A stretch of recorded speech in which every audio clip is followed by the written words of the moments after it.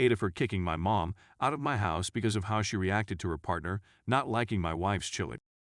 My mother and I have just reconnected after a 3-year period of estrangement. From the beginning, she and my wife detested one another. They just clashed, and my mother was going through a tough moment in her personal life at the time, which was prompting her to act erratically toward my wife. We both came to the conclusion that the situation could not be salvaged and that we should split ways. In fact, I recently reconnected with her at a party and informed her that I want to make things right. My wife agreed with my point of view. My mother is having an affair with someone I'll refer to as Rob. My understanding is that they are engaged, but I'm not positive. We've only seen my mother a couple of times since reuniting, but I can see she's trying to make the most of it. We're taking it slow since she looks to be quite uncomfortable and hesitant to talk, but I believe she's making an effort. We recently hosted a dinner party for my mother and Rob. When we got home, my wife was making chili in the crock pot, and while it was done, we weren't hungry. They were urged to sample some of her tortilla chips while we waited since she had some on hand and said that she liked dipping them in the chili. Rob took a handful and gagged himself. Despite the fact that he didn't do it on purpose and was clearly uncomfortable, my wife's chili is rather tasty. Maple syrup, chocolate powder, cinnamon, and brown sugar are among the ingredients she uses. In response, my mother chuckled, which annoyed my wife, who has always been haughty about her lack of confidence in her ability as a cook. My wife grew enraged and shouted at my mother, who was sitting next to her. Rob seemed to be sick and excused himself from the meeting. My mother remained still for a moment before sprinting after him and pounding on the bathroom door, pleading to be let in. She became enraged when he continued to ignore her and demanded to be hugged. She has anxiety and PTSD, and he is her comfort person. Just as I was about to go to the door to urge her to stop banging, Rob opened the door for her, and I overheard their conversation. Rob was adamant that they leave since he couldn't stomach the chili they were eating. While my mother was making fun of him and telling him that she had served it with rice, raisins, sugar, and a chocolate sauce, which she had made up, he insisted that it tasted like dog food with sugar and that he was going to have nightmares. When I saw the color red, my mother burst out laughing. Just thinking about it brought up painful memories of how haughty she used to be and how she used to look down on us. I recommended her to depart as soon as they were released. My mother was deafeningly quiet once again, and she said that it was frightening that I was standing outside the lavatory door. She said that she has attempted it, and that she feels I'm looking for reasons to dislike her more than she does.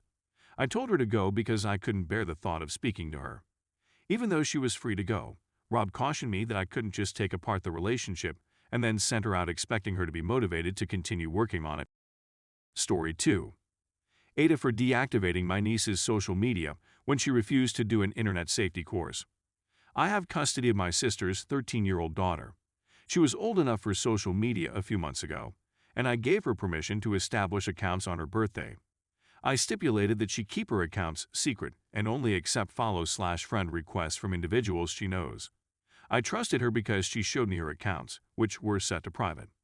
I also promised to follow her so I could see what she was publishing. I decided to check her profile a few weeks ago since I hadn't seen one of her postings in a while, despite the fact that she was on there all the time. Because it's public rather than private, she altered her settings, and I'm no longer following her. Because I can still access her profile, I'm thinking I was soft-blocked. However, it was her profile that piqued my interest the most. She has her whole birth date, full name, town name, ethnicity, and other information about herself, as well as images of her and her pals in their school uniforms, with the school insignia visible. I explained why this was an issue, but she replied that it wasn't. I informed her that she had two choices: attend an online safety course or delete/deactivate all of her profiles.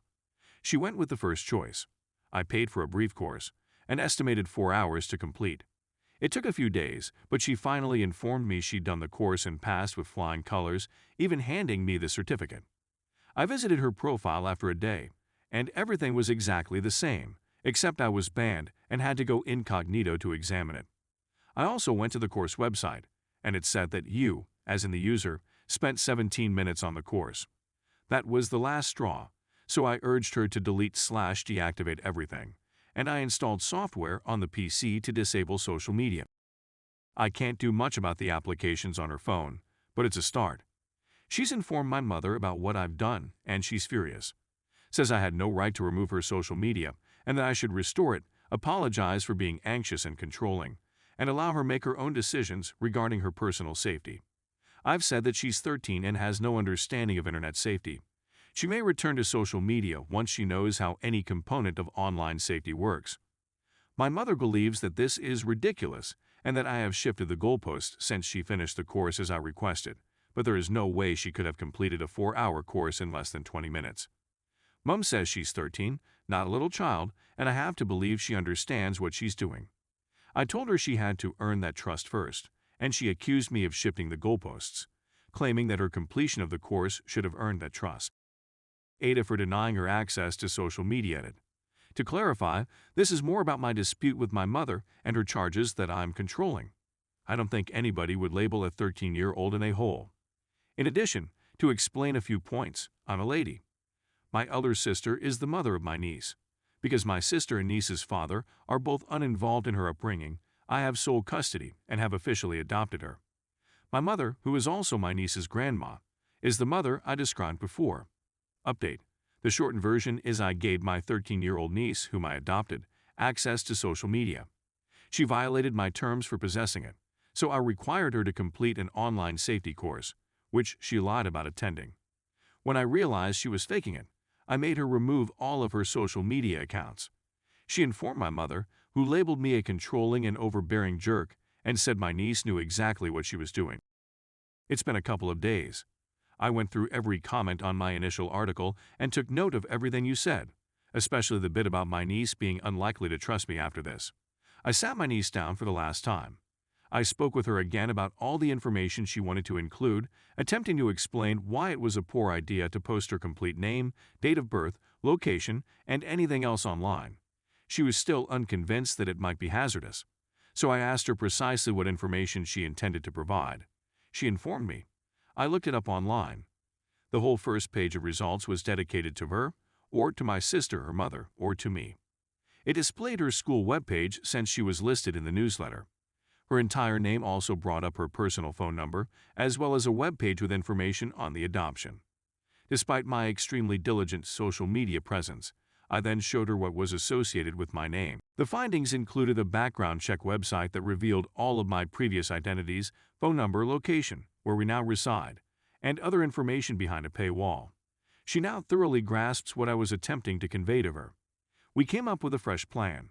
She is permitted to use social media, but instead of include all of the information she desired, she is only permitted to include her star sign and the fact that she is a juvenile. She may provide a place, but it must be in our county, not in our town. Her profile will be set to private, and she will only be able to connect with individuals she knows in real life. I'll follow her using a fictitious account so her pals don't notice her aunt on her friend lists. These limitations will be lifted in time.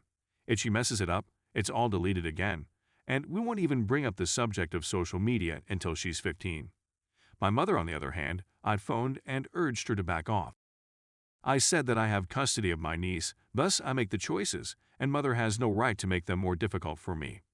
That if she actually believed my niece posting her complete name, date of birth, location, and so on online was safe, she's and it irritates me that the only time I hear from her is to tell me that I'm doing something wrong, when she herself was offered the opportunity to adopt my niece and declined. Mom basically stated she couldn't believe I'd treat her this way and that I shouldn't expect to hear from her for a time.